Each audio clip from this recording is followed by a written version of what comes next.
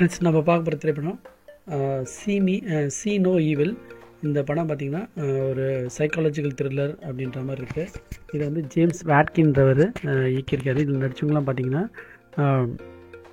James McCoy, Maxine Davis, அலிசிங் ஃப்ரான்சியோல், Alexis வெஸ்டெஃப்லர், ஜான் ஹாஃப், ஸ்கூப். இதெல்லாம் வந்து பார்த்திங்கன்னா இந்த படத்தில் முக்கியமாக வந்து 4 பேர் தான். அவங்க கூட 2 பசங்க இருப்பாங்க.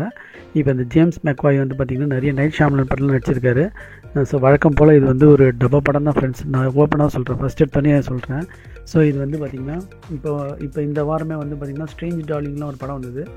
அந்த அளவுக்குலாம் இது இல்லை. இது வந்து ஒரு சுமாரான படம் தான். இது மியூசிக் வந்து பார்த்திங்கன்னா டேனி பென்சின்றவங்க, சாண்ட்ரல் ஜூலியன்ஸ்ன்றவங்க பண்ணியிருக்காங்க.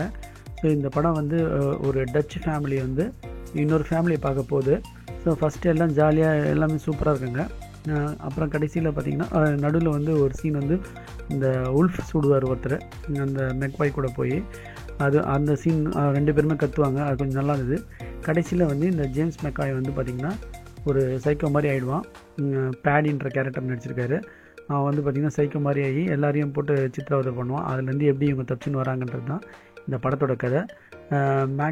மேக்கன் டேவிஸ் வந்து சுமாராக நடிச்சிருப்பாங்க அவங்க. அப்புறம் வந்து பார்த்திங்கன்னா அலிசன் ஃப்ரான்சிஸும் சுமாராக நடிச்சிருப்பாங்க. இதில் வந்து இந்த ஜேம்ஸ் மெக்காய் வந்து ஒரு மாதிரி லூஸ் மாதிரி ஆகி சைக்கோ மாதிரி ஆகி இவங்க இந்த வந்த ஃபேமிலியை வந்து டார்ச்சர் பண்ணுறது தான் படத்தோட கதை. இந்த கடைசி ஆகணும் தவிர இந்த படத்தில் எதுவும் சொல்கிற மாதிரியே இல்லை. ஸோ இது ஒரு போல்ட் படம் தான் ஃப்ரெண்ட்ஸ். நீங்கள் பார்க்குறவங்க பார்த்து என்ஜாய் பண்ணுங்கள். Thanks friends.